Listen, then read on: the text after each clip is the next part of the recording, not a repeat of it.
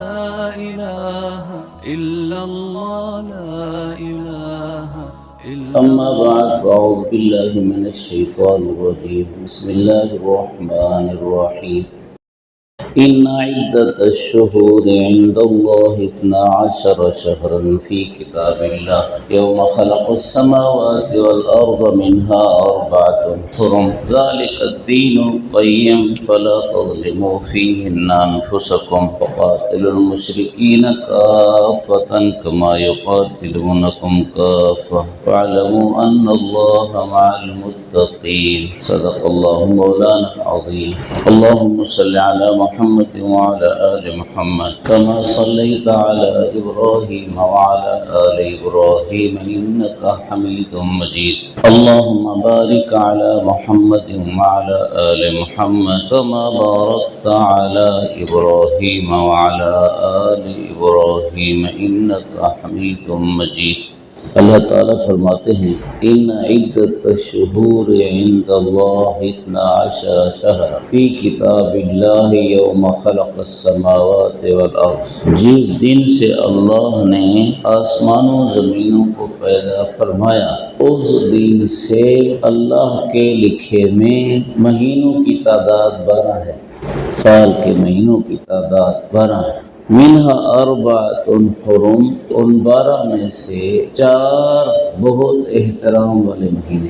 جن 4 احترام والے مہینوں کا اللہ نے ذکر فرمایا ان احترام والے 4 مہینوں میں سے ایک مہینہ محرم الحرام ہے. ان 4 کا احترام دور جاہلیت میں مانا جاتا تھا.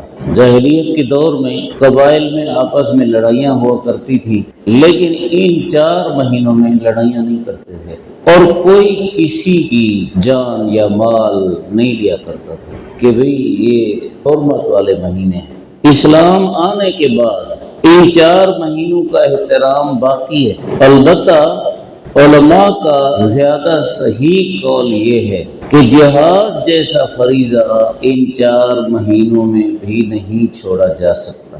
احترام ہے مگر احترام کے قابل جو مہینہ اور جو دن ہے تو اس میں گناہ نہیں کرنے، ایک دوسرے پر ظلم نہیں کرنا، اور جہاد تو کوئی ظلم نہیں ہے. فَلَا تَظْلِمُوا فِيهِنَّ أَنفُسَكُمْ. اللہ فرماتے ہیں ان 4 مہینوں میں اپنے لوگوں پر ظلم نہ کرو، لیکن ساتھ فرمایا وَقَاتِلُوا الْمُشْرِكِينَ كَافَّةً كَمَا يُقَاتِلُونَكُمْ كَافَّةً. مشرکوں سے لڑو جیسے وہ تم سے لڑتے ہیں. تو جہاد کی اجازت ہے، ظلم کی اجازت نہیں. محرم کا معنی ہی محترم ہے، احترام والا، اور محرم کا معنی حرام کیا ہوا. اس کا مطلب بھی یہی ہے کہ ایک دوسرے پر ظلم حرام ہے. یہ اسلامی چاند کے حساب سے سال کا پہلا مہینہ ہے. ایک دفعہ ہم فضائل اعمال پڑھ رہے تھے تو فضائل اعمال میں محرم کے بارے میں کچھ باتیں آ گئی. مثلا حضرت موسیٰ علیہ السلام کو اور ان کی قوم بنی اسرائیل کو فرعونیوں پر غلبہ محرم میں ملا، اور وہ شکرانے کے طور پر 10 محرم کا روزہ رکھا کرتے تھے.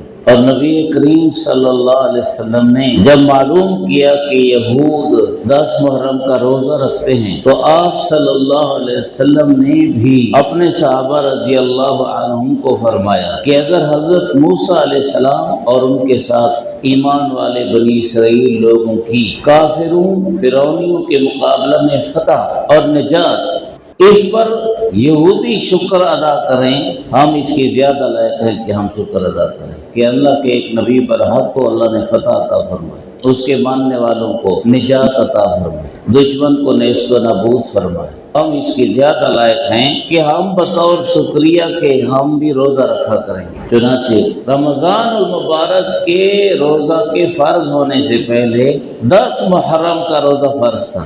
بعد میں یہ 10 محرم کا روزہ فرض ہونا ختم ہو گیا، مستحب اور ثواب کا کام اب بھی ہے.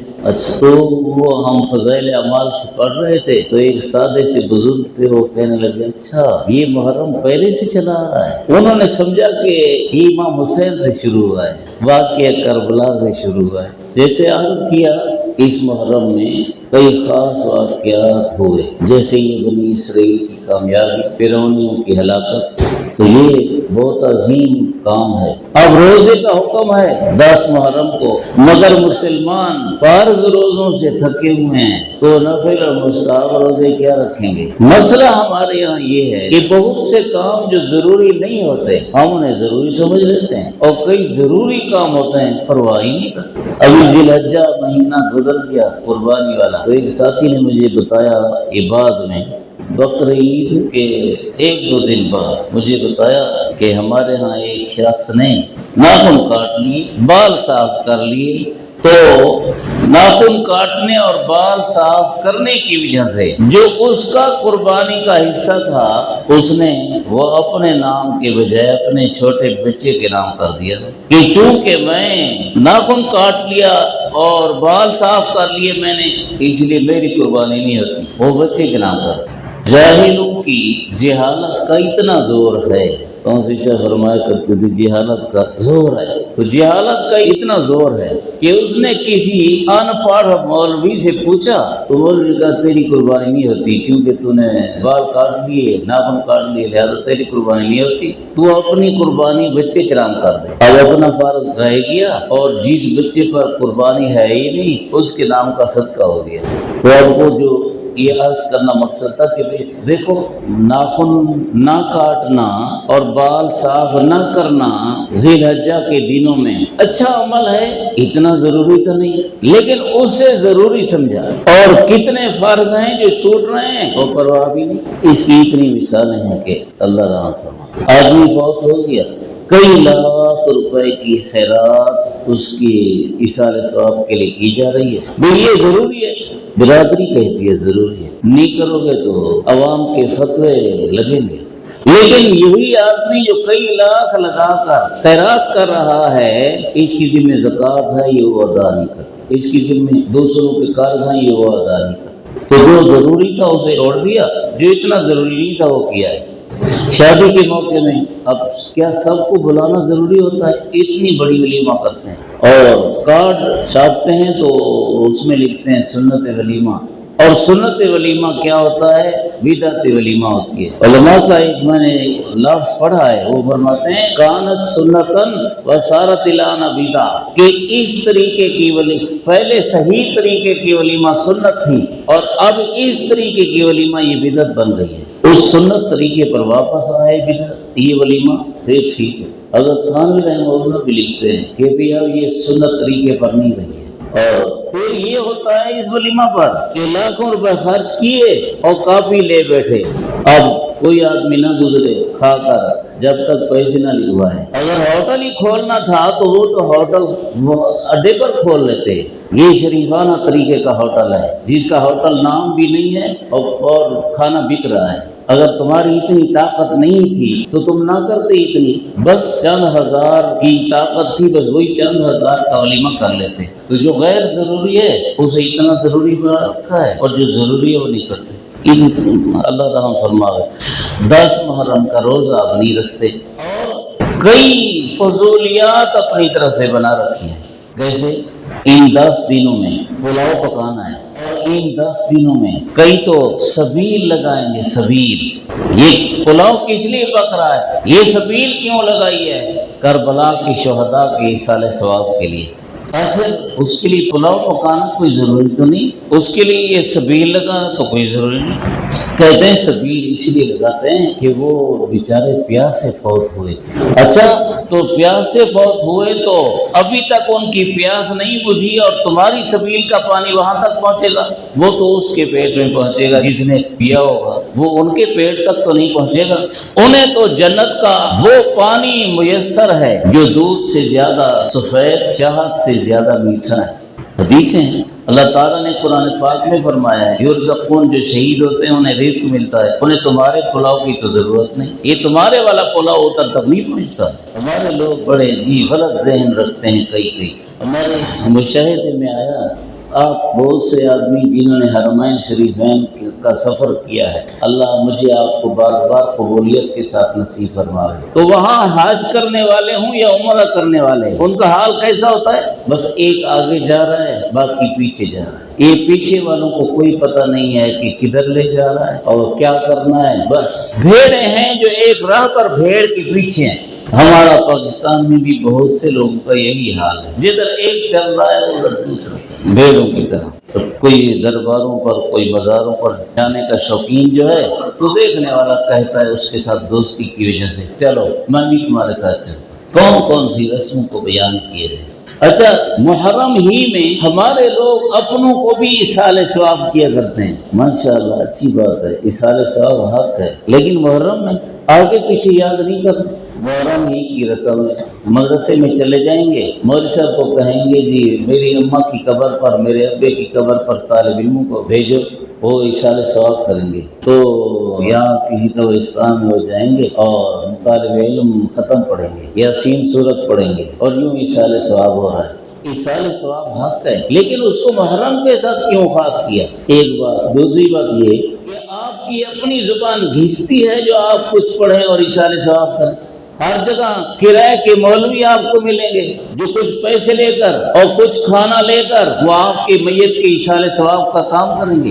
ادھر اخلاص نہیں ہے، آپ کے اپنے کام میں اخلاص ہے، آپ اخلاص والا کام کرو۔ ان والا اخلاص والا کام نہیں ہے تو کیا فائدہ ہے اس کا؟ وہ آپ کا کھانا بھی کھا جائیں گے، آپ کے پیسے بھی لے جائیں گے اور آپ کی میت کا ثواب بھی نہیں ملے گا، تو پھر فائدہ کیا ہے؟ جو آدمی ختم پڑھنے والوں کو خوب کھلائے تو وہ تو بڑے خوش ہوتے ہیں اور دل سے دعا دیتے ہیں، دعا تو لگ جائے گی لیکن ایصال ثواب کوئی نہیں۔ لیکن جو کھانا نہیں کھلائے گا، خوب کھانا نہیں کھلائے گا، جو کچھ نہیں دے گا، چاہے اس کے میت کی قبر پر یاسین بھی پڑھ کر آئے ہیں یا ختم قرآن پورا پڑھ کے آئے ہیں، تو وہ واپسی کے وقت یہی کہیں گے نہ بخشے اللہ اس کے مردے کو، یہی کہیں گے۔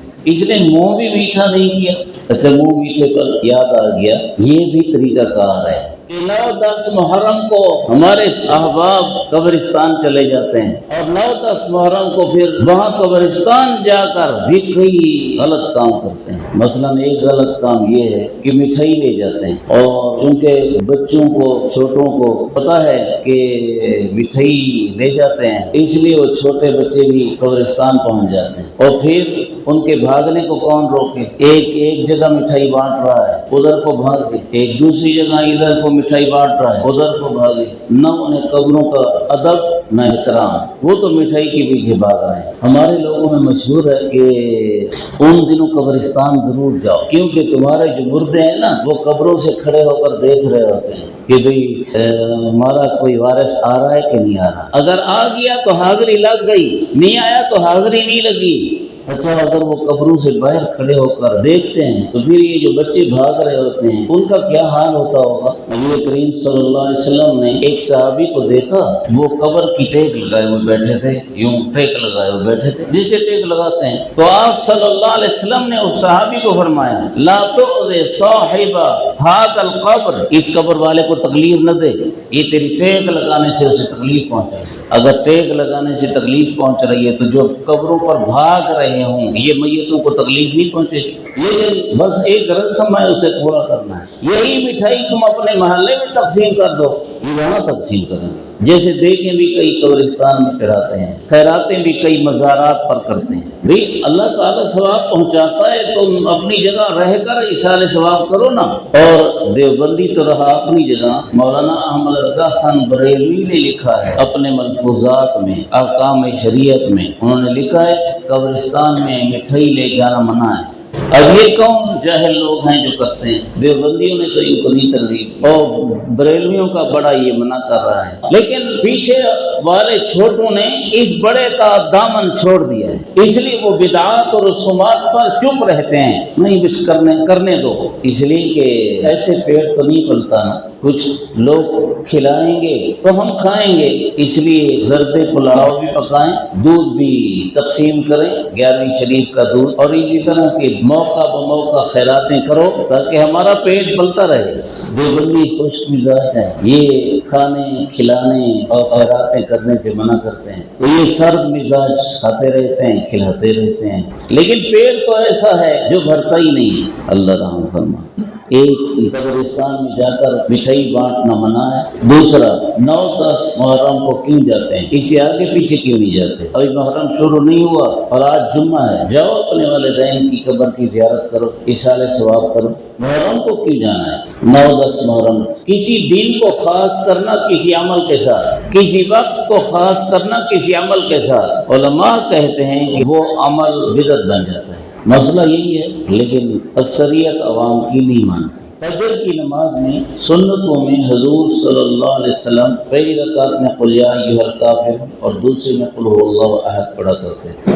وتر کی 3 رکعتوں میں پہلی رکعت میں سبح اسم ربک الاعلی، دوسری میں قل یا ایھا الکافرون، تیسری میں قل ھو اللہ پڑھا کرتے تھے۔ لیکن اگر کوئی شخص سنتوں میں پابندی کرے، فطروں میں انہی کی پابندی کرے، دوسری صورتیں پڑھے ہی نہ، تو کتابیں کہتی ہیں کہ مکروہ ہے۔ یہ کیوں مکروہ ہے؟ اس لیے کہ یہ آدمی اسی کو خاص سمجھ رہا ہے۔ ٹھیک ہے، آپ صلی اللہ علیہ وسلم نے یہ عمل کیا، لیکن آپ نے کوئی تخصیص تو نہیں کی یہی پڑھو۔ دوسرا، قرآن بھی تو باقی ہے۔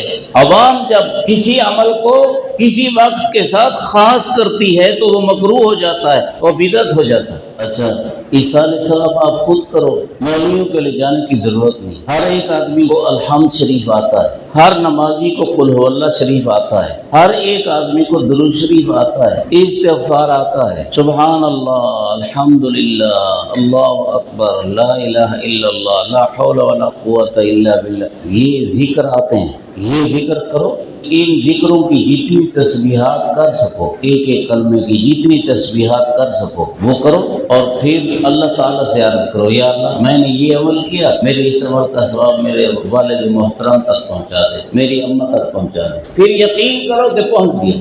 اب اس میں کون سا خرچ کرنا پڑتا ہے؟ کچھ بھی نہیں۔ کسی دوسرے کو بلانا پڑتا ہے؟ نہیں۔ مولوی کو جب ختم قرآن پر بلاتے ہیں تو مولوی کیا کرتا ہے؟ ختم پورا پڑھا یا نہ پڑھا وہ اپنی جگہ، چلو پورا پڑھ لیا ہوگا، اس کے بعد جب خاموشی ہوتی ہے پھر وہ سورہ ملک پڑھتا ہے، قل یا ایھا الکافرون، قل ھو اللہ، قل اعوذ برب الفلق، قل اعوذ برب الناس پڑھتا ہے، پھر الحمد، پھر سورہ بقرہ کا اول، پھر سورہ بقرہ کا آخر پڑھتا ہے اور پھر دعا کرتا ہے۔ کئی لوگ کہتے ہیں مولوی صاحب میں نے ایک ختم قرآن کا ثواب اس میت کو بخشا، آپ کے ملک کیا، اور پھر مولوی صاحب ڈاکیا یہ وہاں تک پہنچاتا ہے، ڈاکیا ہے، ڈاک آنے والے جیسے پہنچاتے ہیں نا ڈاک، یہ مولوی صاحب ڈاکیا ہے کہ وہاں تک پہنچائے گا۔ اس کی ضرورت ہی نہیں۔ آپ اپنی زبان سے بولو کہ یا اللہ میں نے یہ عمل کیا اور میرے اس عمل کا ثواب میرے ابے تک پہنچا، میری اماں تک پہنچا، اور پھر یقین کرو کہ پہنچ گیا۔ یہ اخلاص والا ایصال ثواب ہے، اور وہ بغیر اخلاص والا جو ایصال ثواب ہوتا ہے اس میں آپ کا وقت بھی ضائع ہوتا ہے، اس میں آپ کے پیسے بھی ضائع ہوتے ہیں اور ملتا کچھ بھی نہیں، نہ زندہ کو نہ مردہ کو۔ یہی تو وجہ ہے کہ ہم لوگ منع کرتے ہیں آپ کے پیسے کو بچانے کے لیے، آپ کے وقت کو بچانے کے لیے، لیکن یہاں ہم آپ کے پیسے بچانا چاہتے ہیں اور دوسرے موقع میں آپ کے پیسے لگانا چاہتے ہیں، لگوانا چاہتے ہیں، مگر آپ دوسرے موقع میں بھی نہیں لگاتے، وہاں بھی کنجوس ہو جاتے ہیں۔ بھئی مسجد بن رہی ہے، بھئی مدرسہ ہے، بھئی یہ زکوٰۃ ادا کرو، بھئی یہ عشر ادا کرو، وہاں رک جاتے ہیں۔ دوسرا، ایک غلطی وہاں قبرستان میں یہ بھی کرتے ہیں، کئی لوگ قبروں پر دالیں پھینک آتے ہیں، دالیں، بھئی یہ میت کھائے گا، پکائے گا، اس کو دال کی ضرورت ہے، جی ہاں، وہاں پرندے آئیں گے اور پرندے وہ دالیں کھائیں گے۔ وہ پرندے تو آپ کی چھت پر بھی آیا کرتے ہیں، کبھی آپ نے اپنی چھت پر ڈالا اور قبرستان کو جا کے دیکھو تو آپ کو نظر آئے گا کہ وہاں جیسے انسان کوئی نہیں ہے اوپر، ایسے پرندہ بھی کوئی نہیں، تو وہ دالیں کون کھائے گا؟ اچھا، کئی چھڑیاں ڈال کر آتے ہیں، چھڑیاں، نبی کریم صلی اللہ علیہ وسلم نے چھڑیاں ڈالی ہیں، لیکن آپ نے اللہ تعالیٰ سے دعا فرمائی تھی، 2 قبر والوں کو عذاب ہو رہا تھا، آپ نے اللہ تعالیٰ سے سفارش کی تھی اور اللہ تعالیٰ نے فرمایا تھا کہ 2 چھڑیاں رکھ دو. آپ کی سفارش کی وجہ سے جب تک یہ سبز رہیں گی تب تک ان کا عذاب ہلکا رہے گا. ایک آپ کی دعا اور سفارش اور ایک آپ کے مبارک ہاتھ کی برکت، یہ اس وجہ سے آپ نے رکھی ہیں، ورنہ یہ تو نہیں ہے کہ آپ کی سنت ہے. آپ صلی اللہ علیہ وسلم نے یہ کام کو ہمیشہ تو نہیں کیا، بس 2 قبروں کا قصہ ہے. ورنہ تو آپ کتنے قبرستان گئے ہیں. شہدائے احد کو آپ زیارت کرنے کے لیے، شہدائے احد کی زیارت کرنے کے لیے آپ تشریف لے جایا کرتے تھے. جنت البقیع میں آپ تشریف لے جایا کرتے تھے، لیکن کبھی آپ نے جنت البقیع میں چھڑیاں نہیں ڈالی، شہدائے احد کی قبروں پر چھڑیاں نہیں ڈالی. تو یہ سنت عمل نہیں ہے. پھر حضور کو پتہ چلا تھا کہ ان کو عذاب ہو رہا ہے. مجھے آپ کو بھی پتہ چل جاتا ہے کہ عذاب ہو رہا ہے، اس لیے چھڑیاں ڈال دیں تاکہ تخفیف ہو جائے. نہیں، اس لیے ان چیزوں سے بچنا چاہیے. اور اس کے ساتھ یہ بھی ہے کہ جیسے عرض کیا، آپ اپنے ماں باپ کا حق، آپ اپنے رشتہ دار اور اقارب کا حق بھائی یہی سمجھتے ہیں کہ سال میں 1 دفعہ یاد کر لو بس. کیوں آپ روزانہ ایصال ثواب نہیں کرتے؟ آپ 2 نفل پڑھیں ایصال ثواب کریں، آپ یہ ذکر کی تسبیحات پڑھیں ایصال ثواب کریں. ہم آپ زندہ جو ہیں، ہم اپنے مردوں کو یاد کریں گے تو ہم جب مردے ہو جائیں گے تو ہمارے زندہ بھی ہمیں یاد کریں گے. ماں باپ کے ساتھ حسن سلوک کرو تو اولاد تمہارے ساتھ کرے گی. تو زندہ ماں باپ کے ساتھ حسن سلوک، مردہ ماں باپ کے ساتھ حسن سلوک. اس لیے محرم کو خاص نہ کرو، سال کے 12 مہینے کا ہر دن ایصال ثواب کیا کرو. اور ایک بات یہ ہے کہ محرم کے مہینے کو غم کا مہینہ سمجھا جاتا ہے. جب ہمارے نئے سال کی ابتدا غم سے ہو رہی ہو، آغاز تو بسم اللہ، انجام خدا جانے، پھر اس سال کا انجام کیسے ہوگا؟ شریعت کا حکم یہ ہے کہ ایسے موقع میں غمی اور خوشی چھوڑ کر عام حالت پر رہو. یہ کیا ہے کہ غم؟ حضرات اہل بیت کے ساتھ تعلق رکھنے والے 2 قسم کے لوگ ہوئے. ایک وہ لوگ ہوئے جنہوں نے غم منایا اور غمی میں رونا پیٹنا کیا. دوسرے ان کے دشمن ہوئے، ان سے نفرت اور بغض رکھنے والے، جنہوں نے محرم میں خوشی کرنا منایا. کیونکہ خوشی کرنی ہے، اس لیے وہ 10 محرم کو سرما تیل یہ لگاتے تھے. کتابوں میں ہے، اب پتہ نہیں کہیں کسی علاقے میں ہے یا نہیں. شریعت کا حکم یہ ہے نہ خوشی کرو نہ غمی کرو. پھر یہ ہے کہ سوچنے کی بات ہے غم کب کرنا پڑتا ہے؟ موت کے بعد، شہادت کے بعد. اور کربلا کے شہداء کی، امام حسین کی شہادت تو 10 محرم کو ہے اور غم کیا جا رہا ہے 10 محرم تک، اور آگے پھر غم کی چھٹی ہے. یہ تو 10 سے شروع ہوتا اور آگے چلا جاتا سارا سال. یہ تو غم تب ہوتا جب تک کربلا کے شہداء زندہ ہیں، تب تک غم ہے، اور جب ان کی شہادت ہو گئی بس پھر غم تھپ گیا. دوسری یہ بھی قابل غور ہے، غم صدیوں تک منانا پڑتا ہے. آخر ہمارے آپ کے بندے کتنے فوت ہو جاتے ہیں. چلو ہمارے آپ کے بندے تو معمولی بندے ہیں. حضور نبی کریم صلی اللہ علیہ وسلم جیسی ہستی دنیا میں کوئی ہے. آپ صلی اللہ علیہ وسلم کے چچا حضرت حمزہ شہید ہوئے، ایسے شہید ہوئے کہ بے حد دردناک انداز سے، اور آپ صلی اللہ علیہ وسلم کو غم لگا. لیکن آپ صلی اللہ علیہ وسلم نے حضرت حمزہ کی شہادت کا دن ہر سال منایا ہے اور ہر سال غم کیا ہے. اور ایسے ہی خود آپ صلی اللہ علیہ وسلم اس دنیا سے تشریف لے گئے تو یہ اس امت کے لیے بہت بڑا صدمہ ہے کہ اس امت کا عظیم نبی اس دنیا سے چلا گیا. اگر ہم آپ حضور کی زیارت سے مشرف ہوتے تو ہمیں بڑی خوشی ہوتی کہ ہمیں سعادت مل گئی، اور ہم اس سعادت سے محروم ہو گئے. اور آج صلی اللہ علیہ وسلم اس دنیا سے تشریف لے گئے. صحابہ کرام گمسم ہیں. حضرت عثمان ایک جگہ بیٹھے ہیں اور گزرنے والے کے گزرنے کا پتہ ہی نہیں چلتا، اس کے سلام کرنے کا پتہ ہی نہیں چلتا. اتنے غمگین اور پریشان ہیں. یہ غمگینی اور یہ پریشانی انہوں نے ہر سال منائی. تو شہداء کربلا کا غم بھی ہر سال منانا ہے. یہ بیوقوفی ہے، یہ جہالت ہے. اسلام کا حکم، شریعت کا حکم یہ ہے کہ ہمارا کوئی فوت ہو جائے تو ہم 3 دن تک غم منا سکتے ہیں بس. بیوہ عورت اپنے خاوند کے لیے 4 مہینے 10 دن غم منا سکتی ہے بس. اور عام میت کے حق میں اس کے ورثہ 3 دن تک غم منا سکتے ہیں. امام حسین وغیرہ کی شہادت کو ابھی 3 دن بھی نہیں گزرے، اور ہر سال نئی شہادت ہوا کرتی ہے کہ بھی غم منانا پڑتا ہے. 14 صدیاں پہلے ایک محرم آیا تھا اور اس محرم میں ان حضرات کی شہادت ہوئی اور گزر گئی. اور شہادت کے نتیجے میں قاتلوں کے حصے میں تو بدبختی آئی، لیکن ان کو تو شہادت کا عظیم درجہ مل گیا. آج کا مسلمان جب اس کا بیٹا دین کے کسی عظیم کام میں دشمن کے ہاتھوں مارا جائے، جہاد فی سبیل اللہ میں مارا جائے، تو آج کا ادنا مسلمان کہتا ہے مجھے اپنے بیٹے کی تعزیت نہ کرو، میرے لیے تعزیت کے کلمات نہ بولو، مجھے مبارک دو کہ میں شہید کا باپ. یہ ادنا مسلمان ہے. اور 15ویں صدی کا مسلمان ہے جو کہتا ہے میرے بیٹے کی شہادت پر مجھے مبارک دو. 4 شہید بیٹوں کی ماں بھی کہتی ہے کہ مجھے خوشی ہے کہ میرے 4 بیٹے اللہ کے دین کے لیے لگ گئے. کل قیامت کے دن اٹھوں گی تو 4 شہداء کی ماں بن کے اٹھوں گی. تو انہیں اعزاز ملا اور ہم غم منائیں. یہ غم شریعت میں نہیں، یہ ایک سیاست ہے. اس کا شریعت سے، دین سے، مذہب سے کوئی تعلق نہیں. یہ ایک سیاست ہے. ایران میں ماتمی جلوس نہیں نکالا جاتا. ٹھیک ہے وہ روڈتے پیٹتے ہوں گے لیکن سڑکوں پر جلوس نہیں نکالا جاتا. یہ پاکستان اور ہندوستان ہے جہاں یہ ڈرامے ہوتے ہیں، اور ہماری حکومتیں یہ تماشائی ہیں اور وہ اسی پر خوش ہوتی ہیں کہ تم لڑتے رہو. زبان پر لڑو، مذہب پر لڑو اور وہ تماشا دیکھیں. لڑاؤ اور حکومت کرو. ان کا باپ انگریز ان کو یہ پالیسی دے دیا ہے. ان کا باپ انگریز ان کو پالیسی دے دیا ہے.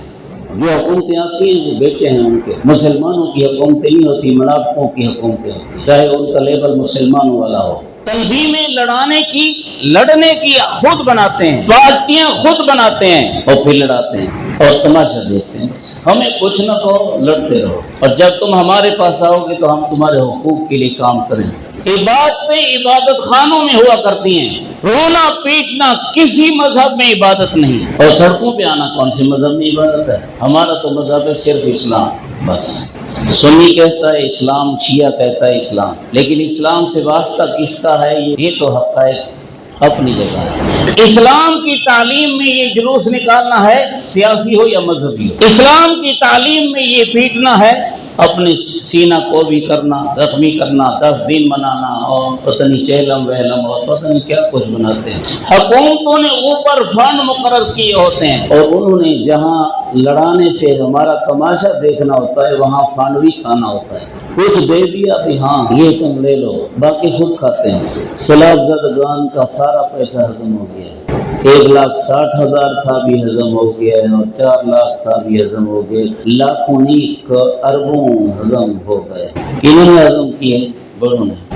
دجال کے وقت کیا ہوگا؟ اللہ رحم فرمائے. تو بھئی محرم میں جو کچھ کیا جاتا ہے سب غلط ہے. اس کی شریعت میں کوئی حقیقت نہیں ہے. اس غم کی وجہ سے لوگ کہتے ہیں شادیاں کرنا ٹھیک نہیں ہے. اچھا محرم تو 30 دن کا نام ہوتا ہے، شادیاں 10 دن کے لیے بند ہیں. عجیب بات ہے. وہ جو 20 دن اور اوپر ہیں وہ کیا ہے؟ 10 دن کا بھی کوئی مہینہ ہوتا ہے؟ 10 دن کا. احمق قوم. اور کئی لوگ کہتے ہیں بیویوں کے پاس بھی نہیں جانا چاہتے ہیں، وہ متا کریں تم بیوی کے پاس بھی نہیں جاؤ. اللہ سمجھ دے. آخر دعوانا